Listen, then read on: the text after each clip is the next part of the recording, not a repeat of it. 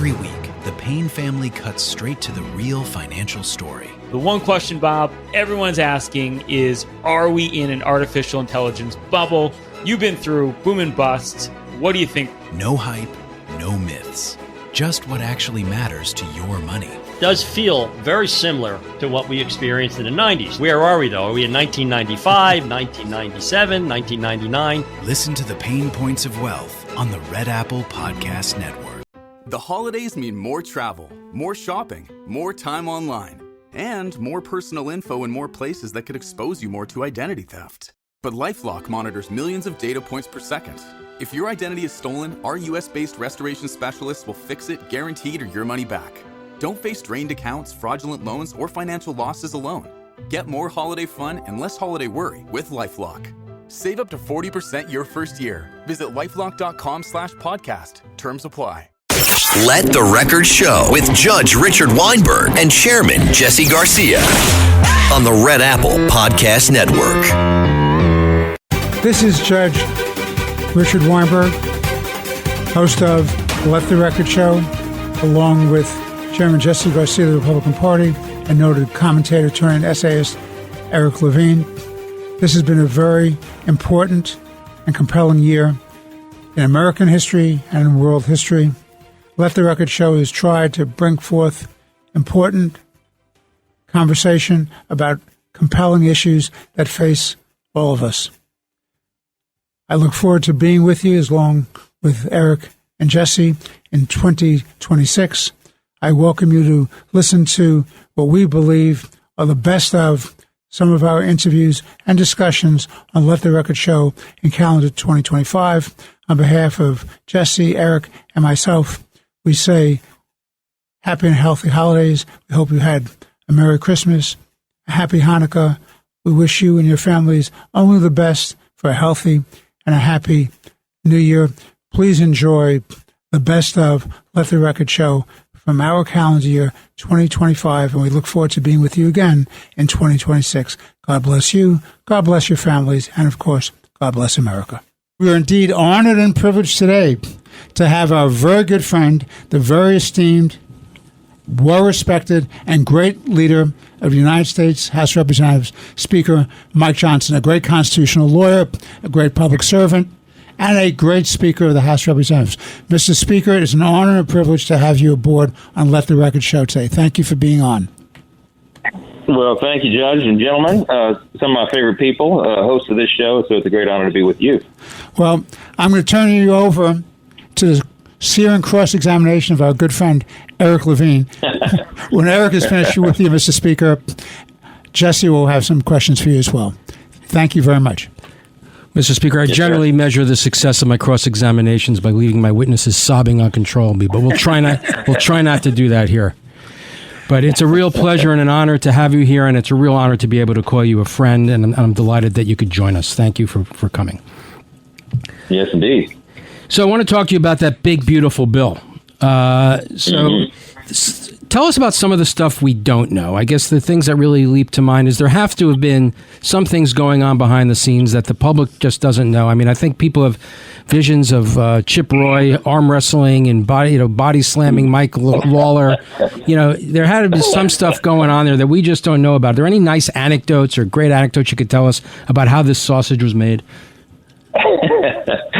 Thanks, Eric. One day I'll write a 3-volume set about the passage of this bill because there is so much that went on behind the scenes, and lots of personal stories, lots of heroic efforts by a lot of people. You named one of them. Mike Lawler was essential to getting this thing done, and so many others. Our New York delegation, I tip my hat to these guys. We call them our majority makers because they're so critical for us maintaining the Republican majority. But guys like Andrew Garbarino and Nicola Loda and Elise Stefanik, I mean, they were Claudia Tenney, all of them, they just intimately involved in every step and every detail of getting this bill over the line and helping us build consensus. And, we have one of the smallest margins in the history of the United States Congress.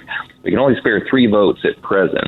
But for about 90 of the first 100 days of the Congress, we had a literal 1-vote margin. So there's no room for error at all, and I count on these guys to help us, and they did in a crunch, and it's a hugely important thing for the country. So A couple things about the bill. So there's information coming out about the bill.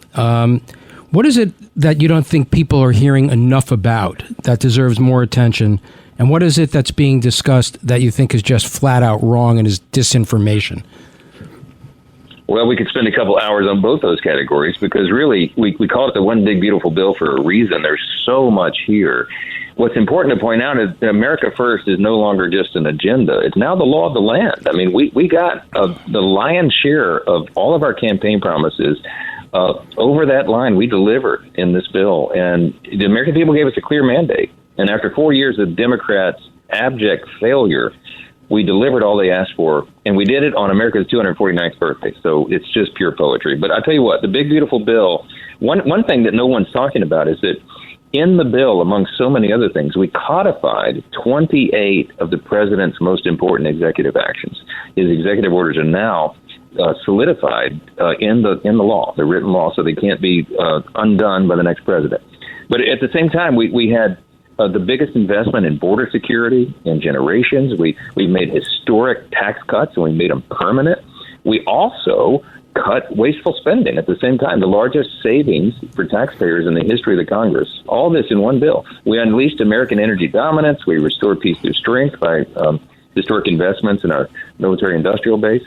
And we were turning to a government that puts Americans first, strengthening the safety net programs, just so much in here. And we'll be unpacking this for quite some time. So one of the mantras that the Democrats like to fall back on is that people will die. I mean, I think if Republicans found the cure for cancer, the Democratic rejoinder would be people will die. So 100%. But I think the focus is being directed at Medicaid, these alleged cuts. Yeah. Can you cut through that nonsense? Can you explain to the American people precisely what this bill does vis-a-vis Medicaid? Yes, absolutely. And you're right. They are engaging in a massive misinformation campaign. Let's put it bluntly, as New Yorkers do. They're lying, okay, and they know it. They're claiming that people are going to lose their health care and people are going to die. It's just absurd. There are no cuts to Medicaid in this bill. In fact, Medicaid will continue to grow a couple $100 billion over the course of the time period that this bill covers. And so the left is just lying about it. What we did here is not harm Medicaid. We strengthened the program. It's an essential safety net, and a lot of American citizens need and deserve it. But it's intended for vulnerable populations, for example, the elderly and disabled and young women, young pregnant women, for example, who just need a boost. Well, we're preserving it for them by stopping the fraud and abuse in the program. So we're going to kick off the 1.4 million illegal aliens that are getting coverage right now, stealing it from American citizens. That's not right, and we're getting them off of it. We're also reintroducing work requirements, Eric, because that's a common sense measure. We have young, able-bodied men with no dependents who are riding the wagon, and they need to help pull it. And so when we did the Obamacare expansions and all the states did that, you got a bunch of people on this program that were never intended to be there, and they're draining resources from those who really need it. So we've imposed a 20-hour-a-week requirement. I mean, it's nothing. They act like it's some sort of draconian requirement. All it says is you either have to have a job, be looking for a job, or volunteering in your community. And you and I both know, all of us know, that work is good for human dignity, for self-worth, and it allows somebody to contribute to their surroundings. And so by requiring that, we are proud to go in any town hall in any place in America and explain what we've done. And everybody, once they understand it, they nod their heads in agreement and say, of course we should do that. That's going to help strengthen the program, and we're going to cut out the fraud, waste, and abuse. You got about 4.7 million young, able-bodied people with no dependents who are riding the wagon. They're not going to be able to do that anymore. So we're proud of these reforms. You know, one of the things that's interesting, if you look at polling, when you just talk about the big, beautiful bill, it doesn't poll well. But when you point to the specific items in the bill, those specific items individually poll exceedingly well. Why do you think that is? Yeah, they do. And that's the thing, is that we're going to have a chance now to go out and educate everybody on what's really in the bill, to put down the lies that have been spread, and talk about all the great benefits. I mean, think of this. 40 million families are going to benefit from the increased child tax credit in the bill. 91% of Americans will benefit from an increased standard deduction. The bill puts about $1,300 back in the average family's pocket, and slashes $1.6 trillion in government debt at the same time. I mean, this is good for everybody. All boats are going to rise. It'll be jet fuel to the economy. We're going to have no tax on tips, on overtime. We gave great help to seniors, more tax benefits there. Everybody's going to be feeling better, and they're going to feel it before that midterm election, which is so critically important. And so the Democrats' lies are not going to hold weight because we're going to have the obvious evidence to point to, and everybody will see that. So I just want to shift gears for a second. As you are well aware, there's a mayoral race going on in New York City. The Democrats have have selected Zohran Mamdani to be their stand-in bearer, and there are 3 or 4 people, independents, a Republican candidate, who are running against him.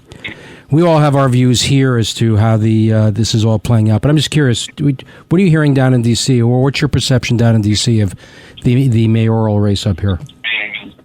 Well, I tell you what, we're all watching it with stunning fascination. I mean, the Democrats seem to have learned nothing from their historic defeat in 2024, and they're going exactly in the opposite direction. I mean, the idea that they would rally around a radical, anti-Semitic, big government Marxist is just incredible to us. I mean, it's terrible news for New York City and all my friends there, but it's great news for House Republicans because we will point to this guy as really a symbol of the current Democrat Party. This is not your father's Democratic Party. They have gone far over the edge.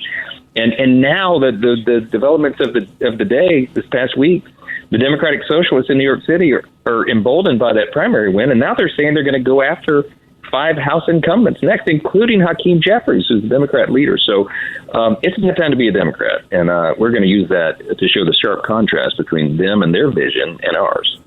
Yeah, I will say that there always seems to be room for anti-Semitism in this Democratic Party. They talk about this big tent.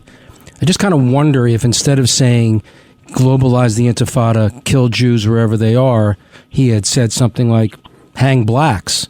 I wonder if they would still find that to be want to include him in the big tent. I mean, that's something I just find somewhat anathema. It really is crazy, and it is as though they give cover to anti-Semites and people who truly advocate for violence against our Jewish brothers and sisters and fellow citizens. It's unconscionable. But this is one of the reasons, Eric, that the House Republicans are enjoying our highest approval ratings since 2011, while House Democrats have their lowest approval ratings in the history of polls. I mean, we're going in opposite directions because they keep doubling down on this madness, and people see through it. Man, we can trust the American people. They have a good barometer on what's right and what's wrong, and we're standing for the good and the right, and they're on the wrong side. And I think they're going to pay a penalty for that in the election cycle. So, just before I turn this over to my good buddy Jesse Garcia, I just want to make this final point. And every listener, I want you to. This is really important. When there were the explosions of anti-Semitism in college campuses across New York State, Columbia University being prime among them, Chuck Schumer was nowhere to be found. In fact, he was sending emails to Columbia University leadership to say, keep your heads down, it's just a Republican issue. Mike Johnson, Speaker Johnson, went to Columbia with Mike Lawler and Virginia Fox, and he went there and said this nonsense has to stop. That is a profile in courage. And Mr. Speaker, I want to thank you personally for that. And so with that, I'm going to turn you over to my good buddy, Jesse Garcia. Mr. Speaker, it's a pleasure to be with you today. And it's also been a pleasure to host you and your wonderful wife, Kelly, in Suffolk County several times in 2024. And thank you for your support of our candidates here, our members of Congress, Andrew Garbarino and Nick LaLota. And, we've said this, I don't know if your staff has told you, but on this show on several occasions, and you being a man of faith as we are, we all believe that you are the speaker that this Congress needed and through its God-given faith has placed him there, because only someone like yourself could have put this in a small majority, get this bill and all the tough legislation approved with the small minorities. But small majority you have. So thank you so much for that, and thank you for your support of our Congress here, especially when it comes to something that needed to be corrected in New York for Garbarino, LaLota, and others, which was the SALT deduction. So I truly appreciate that. Sure. Well, thanks for saying that, Jesse. And that was a really critically important issue for New Yorkers. And I understood that, and I helped them guide that through. And they did so well for their constituents. They fought the fight. I mean, and you got to understand that, I'm from a red state in Louisiana, and other red states around the country. They're no fans of the SALT deduction, right? But no. The New Yorkers, the New Yorkers stood so strong, and a handful of Californians. They really won the day, and it's a big thing to deliver for New York. I mean, I want to get some sort of small award to be an honorary New Yorker. Okay, I spent so much time up there, to your point, during the election cycle, because as we say, it's true in the House Republican Conference, our majority runs through New York and California, and electing those guys like you named, they're critical. They're critical for us to be able to keep governing as we are and delivering to the American people, because if we don't have those seats in the blue states like we have, we don't have a majority, and the Democrats would turn this thing into total chaos. So I'm a big fan of those guys. I'm going to keep helping them. I'll be up there a whole lot during this election cycle as well, and you guys are going to get tired of seeing me. We won't get tired. But just to follow up, as you said, the America First is no longer an agenda; it's a law with 28 executive orders now included in the big beautiful bill, which is law. Now there's the opportunity for Congress with 2 more reconciliation opportunities. Will Congress take advantage of those 2 reconciliation efforts? And if they do, what do you foresee them being, and what would be included in that needed to be that could not make the grade in the first big beautiful bill? Yes, we have a lot of additional very important work to do. Okay, we're running a playbook that we designed we began this a year and a half ago. And Vince Lombardi said one time, victory loves preparation. And so we prepared all that. Well, next in the playbook is not only our appropriations bills, which we're going to work on at lower levels, rescissions bills that the White House is sending over for us to claw back spending that Congress previously appropriated but was being abused, waste, fraud, and abuse. But then also additional reconciliation bills, to your point. So we're planning one for the fall and one for next spring. The fall reconciliation bill would be attached to the FY26, fiscal year 26 measures, and the next one would be for FY27. We can do all that in this 2-year cycle, this 2-year Congress. But to do it, we got to keep moving steadily ahead, and we will. And meanwhile, at the same time, we're going to codify even more of those Trump executive orders and continue to roll back Biden regulations. So all of this is going to help the economy. All boats are going to rise. Job participation levels will go up, wages, more opportunity for more people. And we're going to demonstrate for them they made the right choice when they put Republicans in charge in 2024. Mr. Speaker, it's Judge Weinberg, and I want to commend you, by the way, and I know this because Congressman Peter King, who's in the studio with us on Monday nights when we do the Katz and Cosby show together, has pointed out your great support to taking care of and protecting the victims of the 9/11 terrorist attack against New York. And he thinks that you are the greatest thing since sliced bread. And I just want you to know, you don't have to be Jewish to love Levy's sliced rye bread. That's right. Well, I do, and I tell you, Peter King is a hero of mine and a great man, and for him to say that is high praise. So I'm big fans of our New Yorkers, and to be a Republican and to stand for principle, sometimes against the odds in some of these districts, is a big thing for the country, and we don't take it for granted. So, Mr. Speaker, I want to thank you so much for being with us. Mike, on a personal level, again, this means a great deal to me and to all of us here. Keep doing what you're doing. You're a great patriot. You're doing great things for our country, and we look forward to you doing some more. Thank you, Mr. Speaker. Thank you, gentlemen, and you got it. I look forward to seeing you all in person again as soon as I'm back up there. Sounds good. Thank you. Thank you, sir. Okay. Thank you.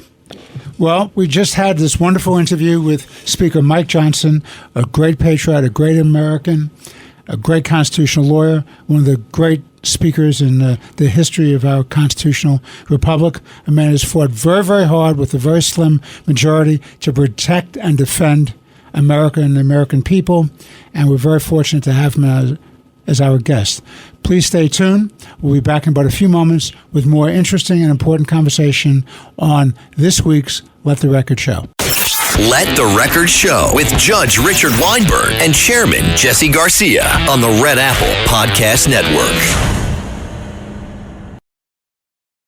Every week, the Payne family cuts straight to the real financial story. The one question, Bob, everyone's asking is, are we in an artificial intelligence bubble?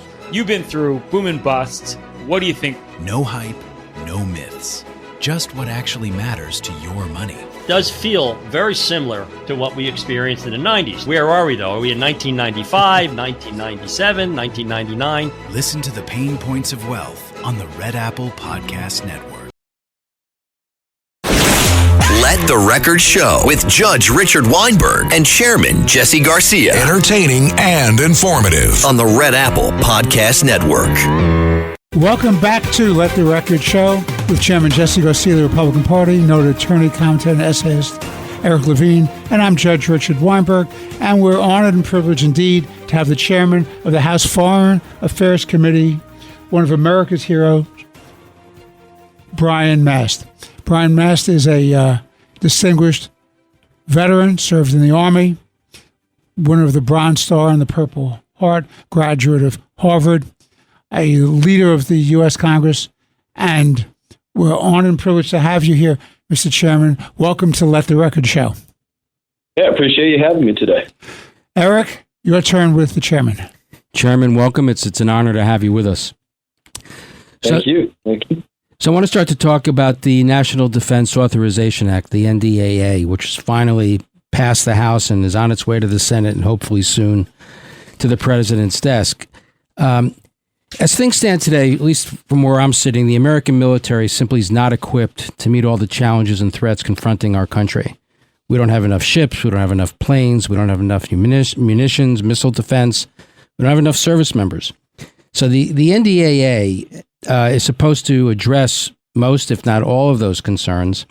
I guess first, do you share my concern? And second, do you think the NDAA, as constituted, gets us over that hurdle? Yeah, I'll give you agreement and pushback. The answer for our military, especially you're dealing with a mission set that is always dangerous and very often deadly, as we know, and it's for both defense, deterrence, and sometimes offense against scourges that come against the United States of America. The answer is there's always more that we can do. Now, more specifically, in today's window of time, we have ships, aircraft, things like that need upgraded. We see advancement on battlefields like what's gone on between Russia and Ukraine, where you have a totally new type of warfare over the past couple of years that we have to play some level of catch up in, which is this drone warfare, both offensively and defensively. These very inexpensive pieces of equipment that can destroy very expensive pieces of equipment, all of which are a part of the many layers of the battlefield. So there are things that we can do more. The NDAA met the challenge in the way that Congress can meet it year over year over year, which is we can go out there and we can conduct pay raises for troops. We can go out there and we can make sure that our services have the bombs and bullets that they need from America, for America, and advance different segments of our military into being more advanced. It doesn't all happen at once. And truth be told, the cost to do so, if we were to overhaul our entire military, Army, Navy, Marines, Air Force, Coast Guard, Space Force, it would be an expense that we can't bear to do that all at once. So we do it in segments, one at a time. This is a great another year addition to that. So I guess this is another example of why it's so critical to be fiscally conservative and fiscally responsible, because so much money goes out to programs that some of us don't necessarily think are critical to the United States security. That's less money for our military. So are there programs that we should be cutting or looking to cut and then reallocating to our military? This is a softball that you were throwing me right now. We're your friends, Chairman. We're your friends. That's where I would. Yeah, and in this case, I'm like a major league softball batter for this one because I chair the Foreign Affairs Committee. And as chairman of the Foreign Affairs Committee in the State Department, it could probably be looked at in many ways as the most liberal department within the federal government. Just bleeding heart liberals taking American tax dollars and sending them to foreign countries, foreign non-government organizations, foreign adversaries in many cases, in some of the stupidest ways. Now, part of this NDAA was taking what we did on the Foreign Affairs Committee and actually writing the really bad stuff about the State Department out of law and making sure that good stuff is codified into law. There's more work to be done, but we did a ton of that. So let's not be ambiguous about this. The kind of stuff that we were working to write out of law that your State Department was doing, that kind of waste, is your country was paying for transgender operas, transgender musicals, transgender plays, transgender job fairs in countries around the world at, let's say, $500,000 to $1 million a pop in different places. Very specifically, I'll give you a transgender job fair in Bangladesh where the average daily wage is probably $2 a day, and they did that for about $800,000. Or they were expanding atheism in countries across the globe under the guise of international religious freedom, but they were doing it with $500,000 grants in different places. Let's go expand atheism in Nepal for $500,000. What did they do in the end? Not that we needed to do it at all, but they built a 100-slide PowerPoint. Think about how much that might cost you to do it. Maybe you could do it in one evening for free. And they distributed across the country, and they charged the United States government, this international group called Humanist International, $500,000. They probably spent, well, let's be generous and say they spent $5,000 on it. This is how these NGOs and these programs just burn through your money in wasteful ways that is insulting to every American. So we can have a transgender show, but we don't have enough ships to challenge China. That's a really good way to look at it. Makes perfect sense to me. So I just want to shift gears for a second and talk about your personal story. I don't think people fully, even if people who know who you are, don't fully appreciate what a patriot you truly are. I don't think most of our listeners don't know that you lost both of your legs below the knee in 2010 from an IED while you were serving in Afghanistan. And we're remiss. I wanted to start the show by thanking you for your service and certainly for your sacrifice. But I guess the question I'd like to ask is, after that tragedy, your story is remarkable. You got up, literally, figuratively, and you're the chairman of the House Foreign Relations Committee. I mean, Foreign Affairs Committee. That's courage. That's a profile in courage, and I applaud you for that. But what I want to know is, when you got home, when you came back to the States, did the country rise to the occasion? We know you did, but did the country rise to the occasion? Did it take care of you in the manner that you deserved, and are they doing it enough for our other veterans? Yeah, and I'm going to give you a fence-riding answer in this, too. Number one, I'll just answer affirmatively. The country stepped up in an incredible way that should make everybody across the country proud. And the way that I will illustrate that is people across this country that had some passion that they liked. They liked skiing, or they liked golf, or they were home builders, or they liked whatever it is that they liked in life. As that war was raging, I was injured in 2010. That's when I lost my legs. And they were just saying, how can I take what I like to do in life, or my work on Wall Street, or my work in construction, and how can I bring that to bear to help service members coming home, regardless of the level of injury that they face? How can I bring that to bear to help them? And that was the question that was going through the mind of American after American. I could give you thousands of examples of this. To say that America was rising to the occasion is a drastic understatement. Good. For me, given the America that I saw when I came home. And it's almost a little bit of a painful thing to speak about, because I juxtapose that to my brothers from a different war, those that came home in the war in Vietnam, and received the opposite of that. And this is where I tell people just how big those service members are. Those service members, when I came home, they were fighting like hell to just make sure that what happened to them did not happen to my generation. And I think that just shows how big they are, that they weren't bitter, they weren't angry, they didn't want this reciprocal treatment. They wanted to make sure that what happened before didn't happen again. Those are really big people. And true patriots, true great Americans. So yes, America rose to the occasion. I'll say America rose to the occasion in an incredible way. As an American, I'm very glad to hear that. Also, as part of your personal story, I found this particularly interesting. But after you retired from the U.S. Army, you volunteered to serve in the Israel Defense Forces in a civilian capacity in a program called Sar-El. It's a Sar-El program. I'm curious, what motivated you to do that? What was the experience was like, and has it changed your view of the American-Israeli relationship? Yeah, so the motivation, I'll sum it up in one word, is pricks. There were some pricks in the world that motivated me to do this. I was a student up at Harvard. This is summer of 2014. I had 2 kids at the time. My wife was pregnant with our third, and we were living in a place just off of the Boston Commons, which is like their Central Park. And each night we would go out to the Boston Commons to let our kids play instead of playing in the alleyway next to where it is that we were staying as I was going to school up there. And one night this summer, there was a war going on in Israel that I didn't agree with. You know, why are people protesting Israel for defending themselves? Because the fact is, if America was getting shelled by rocket after rocket from the Caribbean or from Canada or Mexico, guys like me would go and kill them, and every American would be proud. So it didn't make sense to me, as I've told many people. But we're out at this Boston Commons, just minding our own business, playing with our kids, and these protesters that are out there draping themselves in Palestinian flags, being radical like what we've seen on college campuses this year and in other places, they started harassing me and my family for being a U.S. service member, which I tell people is not hard to figure out.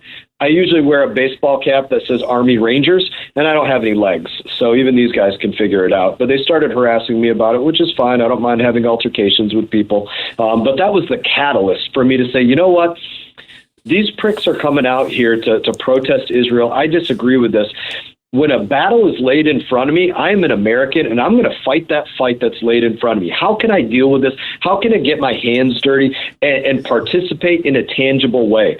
And that's when I started to look around and say, what can I do? All right, well, there's this program that I ultimately found to go out there and just volunteer and assist. And I thought that would be a great way to get my hands dirty, you know, fighting against a cause that had come to my doorstep. And that's how it all began. Learned a great many things there, being on base, serving with the members of the Israeli military, which this was after my 12 years of U.S. military service, but learned a lot about them and what we have in common and, you know, how their military operates, how they feel about defending themselves from a number of different borders. It was an extremely great education for me. So how did that impact, if at all, your view of how the Israelis have been dealing with Hamas in Gaza? It impacts me in this way. So I mentioned already I'm a father. And as a father and a military man, I hope that my kids serve in the military and take the time to serve our country.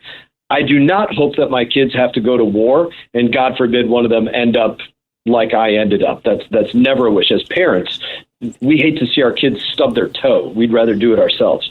And so this is the reality for Israelis. Number one, it's mandatory military service. So they're all going to go there and carry a rifle in defense of their country.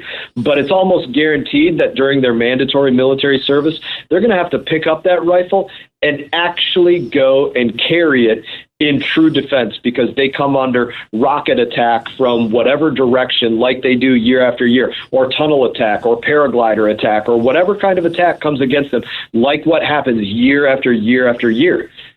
They're not looking to do that. They want to see their kids grow and flourish and start the next generation of family, not have to be in this continual engagement in war. But the fact of the matter is, they do have terrorist neighbors in Gaza, whether it's Hamas, Hezbollah, Palestinian Islamic Jihad, Al-Aqsa Martyrs Brigade, Lions Den, Fatah, all these terrorist organizations that have been neighbor to them and just harassing them with attack, abduction, manslaughter, vehicular manslaughter, stabbings, bus bombings, cafe bombings, mall bombings, whatever it is, just year after year after year. And I think they've showed really an unprecedented level of restraint that their neighbor in Gaza is not just a smoldering pile of ashes. Well, as a father of a Marine who served in Syria fighting ISIS, and who also had, and I'm honored to be able to say this, had for a brief period of time worked for you as on the committee in the House Foreign Affairs Committee. I want to thank you for your time, and I'm going to turn you over to Chairman Garcia. Chairman Garcia. Chairman Garcia, Chairman Mast is yours. Congressman Mast, it's a pleasure to meet you. And while we may share a title, you are truly an American hero. And I want to thank you on behalf of everyone for your service and your sacrifice and your continued work to make America safe and prosperous. Thank you so much for everything you've done and continue to do. My question is more about the president's national security assessment and how he basically has, dumped on Europe and how it's been conducting itself. How do you feel, and what are your thoughts about the president's national security assessment? President's been right on Europe from the 45 administration clear through the 47 administration. Mm-hmm. Let's talk about that. 45 administration, he didn't want to break up NATO, but he was right to point out you're a part of NATO, which is designed to combat formerly Soviet aggression, now Russian aggression and expansion. Why are you all getting all your oil and gas and everything else from Russia? You got pipelines going to Turkey, Nord Stream, Turk Stream, all these different pipelines. Why are you doing that? And you're asking us to give our time, troops, and treasure to defend yourselves. This doesn't make any sense. This is something that he addressed. Now you fast forward, Biden administration, Ukraine war kicks off, like the president always said, wouldn't have happened under his watch. And you go and you see these European nations all saying, look, we need the United States of America to be our security guarantee. Europe is an economy of scale to the United States of America. They have a larger population than the United States of America. They're combating Russia, which has a significantly smaller population and military and GDP. Why is it that they can't go out there and be a credible force against that? And it's because they've allowed themselves for years, and now this is changing because of President Trump. They've allowed themselves to be lulled into this situation where they're weak, they can't recruit, their military is not up to par, their military equipment is not up to par, all those things that we deal with yearly with our National Defense Authorization Act, they haven't been doing that. And they have to lean on America to defend themselves because they don't have any other way. We want Europe as a partner, but not a dependent. We need them to be able to stand on their own in defense and not have to lean on us for all things defense. That's what a real partnership is. And when they have that capability, man, we are one hell of a partnership when we both have that capability. But if one is not pulling their weight, can't do it, then that one is a drag on us. And that's what's been allowed to happen. So the president was right. And you know what he's doing is he's saying there's that. There's what you've allowed to happen with immigration in across Europe. We have a system there where Islamists have been allowed to immigrate into city after city, country after country, which is degrading the freedom across those places. Because at a very fundamental level, there is this incompatibility between Islam and freedom. All the places that I've been to where freedom is most at risk, it has been because of the presence of Islam, is what I can say about my own personal experience in life. And that's something that Europe is absolutely dealing with right now. And so you deal with that. You deal with their decaying military. The president has said, you got to get these things up to par and you got to deal with these things. And because the president wields a big sword, these countries are, in many cases, answering the call to that. You have these European countries that are raising their GDPs to their defense spending to 5% of their GDP. They're looking at where they have these threats internally because of the people that they've allowed to immigrate. They've looked at where they have these dependencies on Russia, and they're dealing with all of these things. Had they done that years ago, we'd be in a hell of a lot better place. But thank God they're doing it now. Mr. Chairman, let me ask you this question.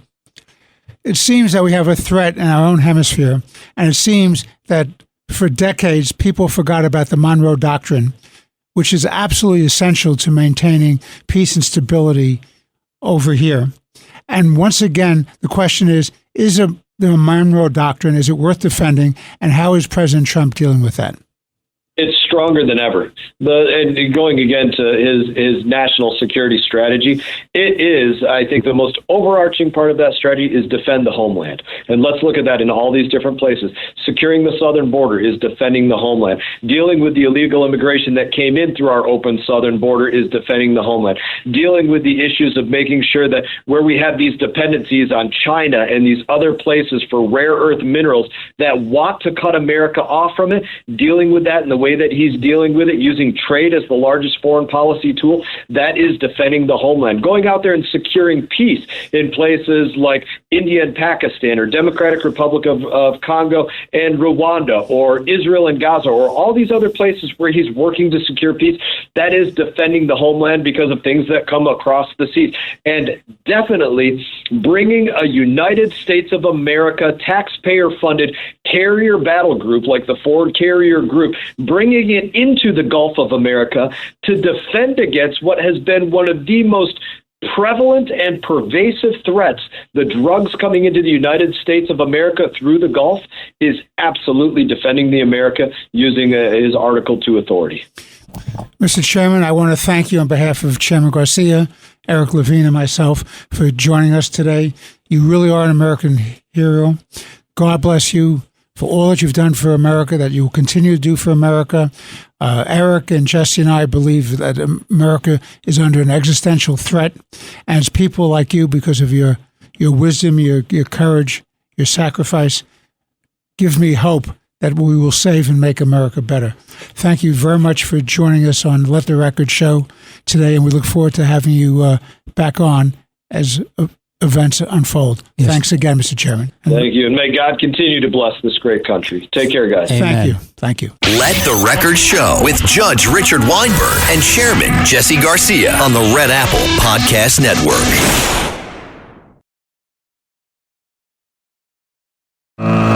Let the Record Show with Judge Richard Weinberg and Chairman Jesse Garcia. Entertaining and informative on the Red Apple Podcast Network.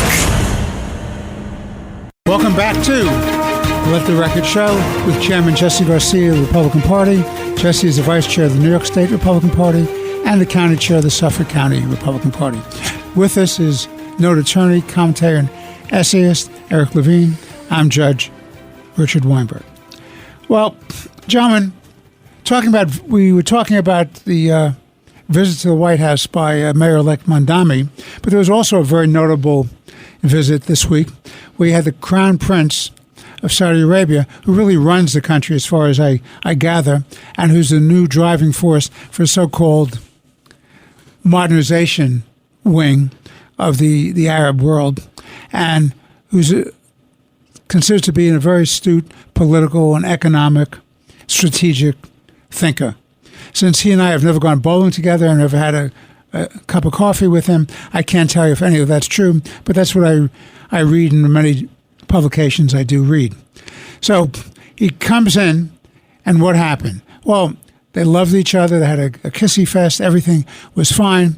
The question becomes, who gets what, and what are the dangers still lurking with respect to the Middle East, even after this Saudi royalty visit? I'll tell you what I'm concerned about. I'm concerned about the talk that Trump wants to give these F-35s to Saudi Arabia. And the reason I'm troubled by that, because that could really destabilize the domination militarily by the Israelis, which is not in the Israelis' interest in having that domination in the Middle East, and certainly not in America's interest, because Israel being the bulwark for Western civilization in the Middle East. Eric, since you want to talk about this visit, I give you this opportunity. Thank you. Yeah, it's actually a very, very important visit, and I think Trump handled it for the most part. We'll get to the F-35s at the very end. For the most part, I thought he handled it very, very well. Look, Saudi Arabia is the single most important Arab country in the world. It used to be Egypt, but it's all shifted now to the Saudis. And it's very important and critical that the United States have a close relationship with the Saudi kingdom. Now, it's not just an Arab country. This is what adds to its importance. It is the keeper of the Muslim holy places in Mecca and Medina. So that makes them a leader in both the Arab and Muslim world. And what happens in Saudi Arabia reverberates not just in Egypt and the other Arab countries, but in Indonesia, Iran, Pakistan, and Muslim countries all around the world. So it's really important that the United States and Saudi Arabia be working together and on the same side for a variety of reasons. Now, when he was here, there was a lot of people who were criticizing him, but publicly. Who's him? Yeah, even during his appearance with the president in the White House. So some people were asking him about 9/11. Well, on 9/11, MBS was 16 years old. Mohammed bin Salman, he was 16 years old. So it wasn't like he was directing these planes. But in any event, the issue is whether or not, is it in America's interest to have a close relationship with Saudi Arabia now? And the answer, of course, is yes. But we should also keep in mind when people talk about 9/11 is what MBS has done to the educational system in Saudi Arabia. He is working really hard to bring Saudi Arabia into the 21st century. He has emptied out and these radical madrasas and has taken care of clerics in the way that Saudis take care of people, and has been bringing and have been teaching modern math and science rather than how to kill Westerners into the educational system. It's become a much more modern educational system, and it has moderated the country dramatically because he recognizes, I think something like 70% of its population is under 35. They need a future, and he understands that. So he has revamped the educational system much along the lines the way the UAE had when it first started. So that's something that people should keep in mind. Saudi Arabia is not Qatar. Qatar is Muslim Brotherhood. It supports Muslim Brotherhood. It supports Hamas.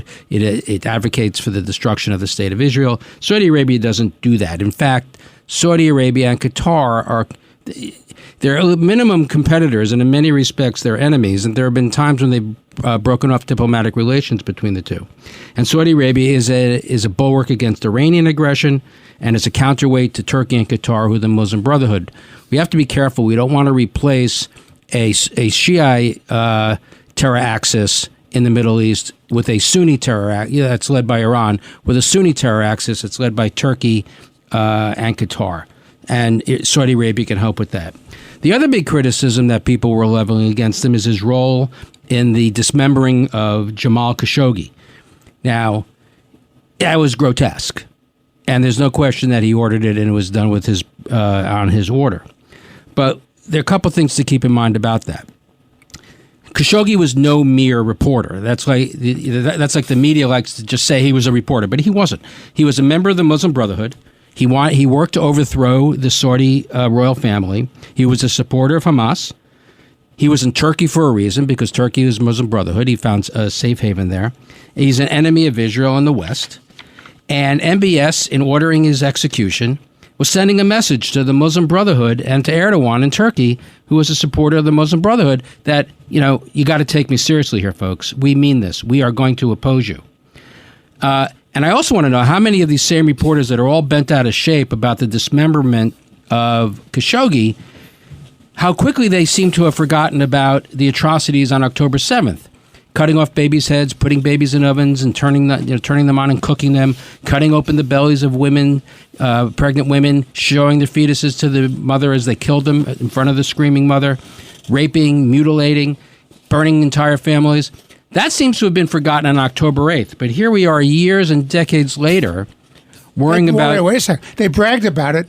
They taped it. Yeah. They showed it to the world. They bragged about that kind of brutality. Right.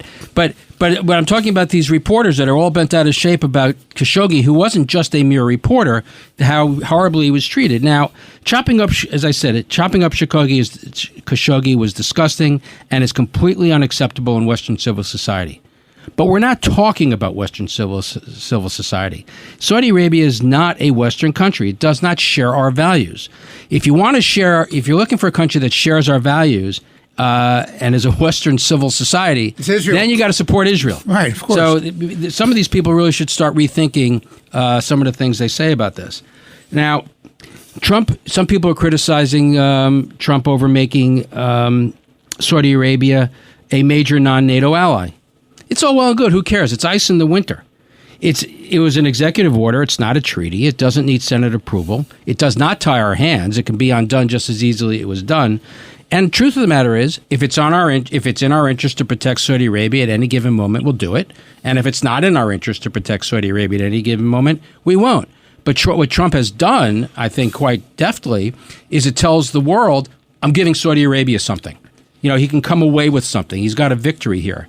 So I think that actually works out well for everyone, because it's as if he gave something to Saudi Arabia without giving anything away at all.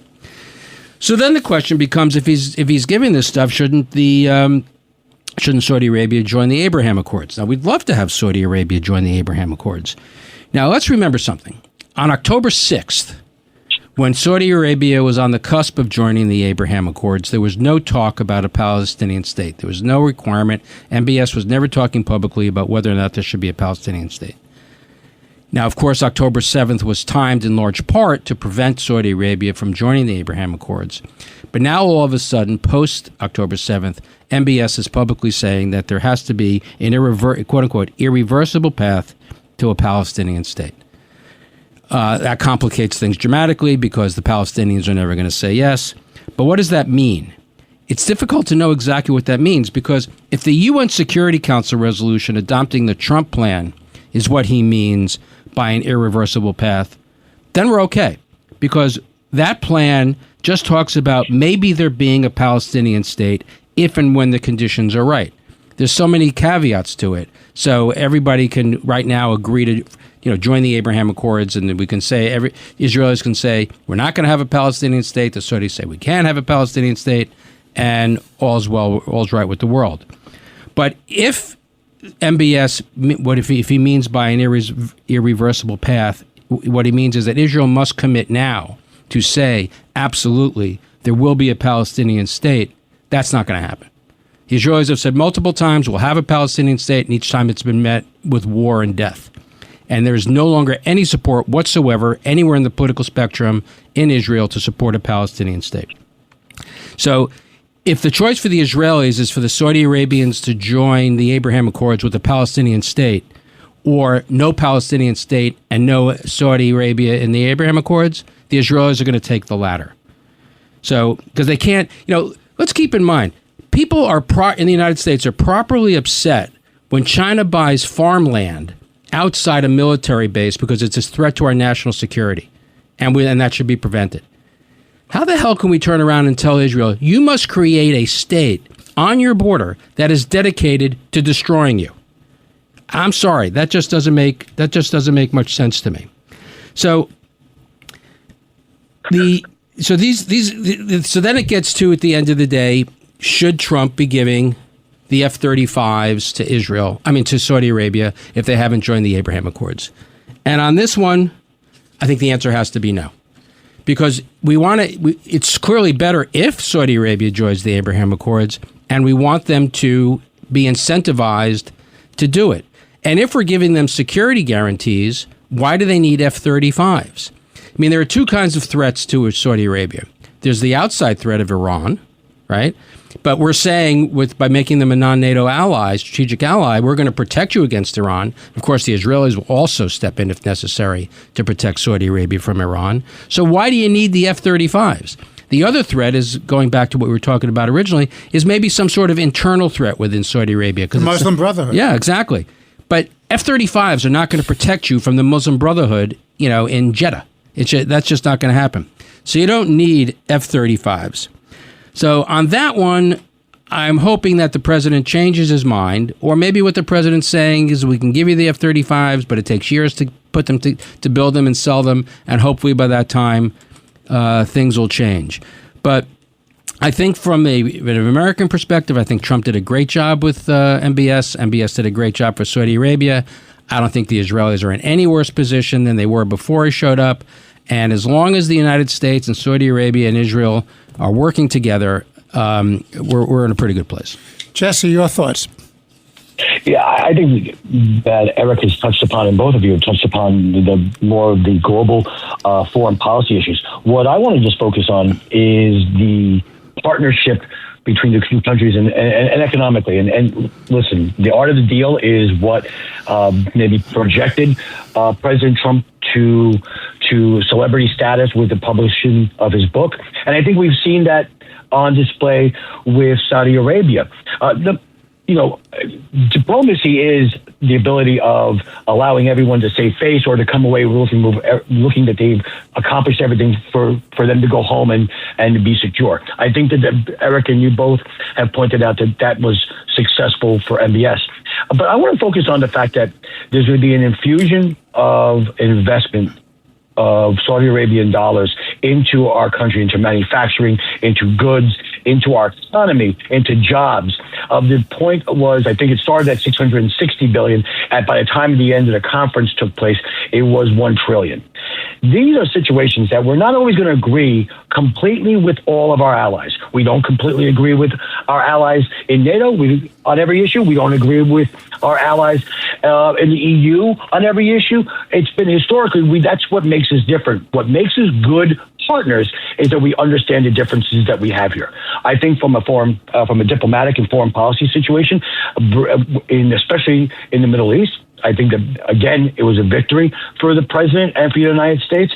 And as Eric and both of you have pointed out, that Israel does not come out of here with any more problems or less issues. And in the long term, along with the economic incentives and investments, that are coming into this country, which are direly needed, we also have a pathway for Saudi Arabia to enter into the Abraham Accords. I hope that that's within a year. It probably may, as Eric and Your Honor, you have pointed out, it may not happen within a year, but we're on that path to get there. And, I know we've mentioned it before, and I don't know if it was Judge Weinberg, if you mentioned it, or if Eric, I know he just mentioned it before.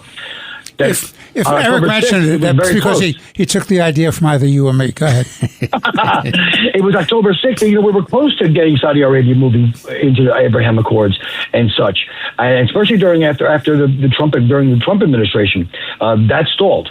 Hopefully, now this will continue down that path as MBS continues to modernize Saudi Arabia. Well, let me also make this comparison. Compare what the relationship is between and among the United States, Saudi Arabia, and Israel today than when Joe Biden first became president. What was he doing? Absolutely. He was appeasing, begging, and scraping Iran to get back into the JCPOA, and he was calling Mohammed bin Salman and Saudi Arabia pariahs, and did the best he could to embarrass MBS with every opportunity. And then when oil prices didn't go quite the same way he wanted them to, he went hand in hand, and all of a sudden he had this famous fist bump.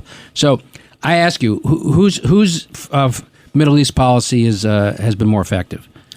Absolutely right. This has been Let the Record Show with Jesse Garcia, our good friend who is the vice chair of the state Republican Party and the county chair of the Suffolk Party, and our very good friend Eric Levine, noted attorney, commentator, and essayist. I'm Judge Richard Weinberg. I want to thank you for listening. Look forward to being back with you next week on Let the Record Show. And as always, God bless you, God bless your families, and God bless America. Thank you for listening. Thanks for listening to Let the Record Show. You can hear Let the Record Show Sunday mornings at 6. If you like the podcast, share it with your friends and listen anytime at WABCRadio.com and download the WABC Radio app. Hit that subscribe button on all major podcast platforms. Plus, follow WABC on social on Instagram, TikTok, Facebook, and X. See you next time for a new episode so you never have to wonder, what the heck is going on here? Listen to this podcast now on the Red Apple Podcast Network. The Leadership Thread with Dr. Peggy Polonis. I'm Dr. Peggy Polonis. Join me on each episode where I unravel the story that shaped leaders, tracing the thread that led them where they are today. Because leadership isn't born in adulthood. And thank you once again for joining us on the Leadership Thread, education, ethics, and sustainability. Download all of Red Apple Media's podcasts right now through your favorite podcast platform.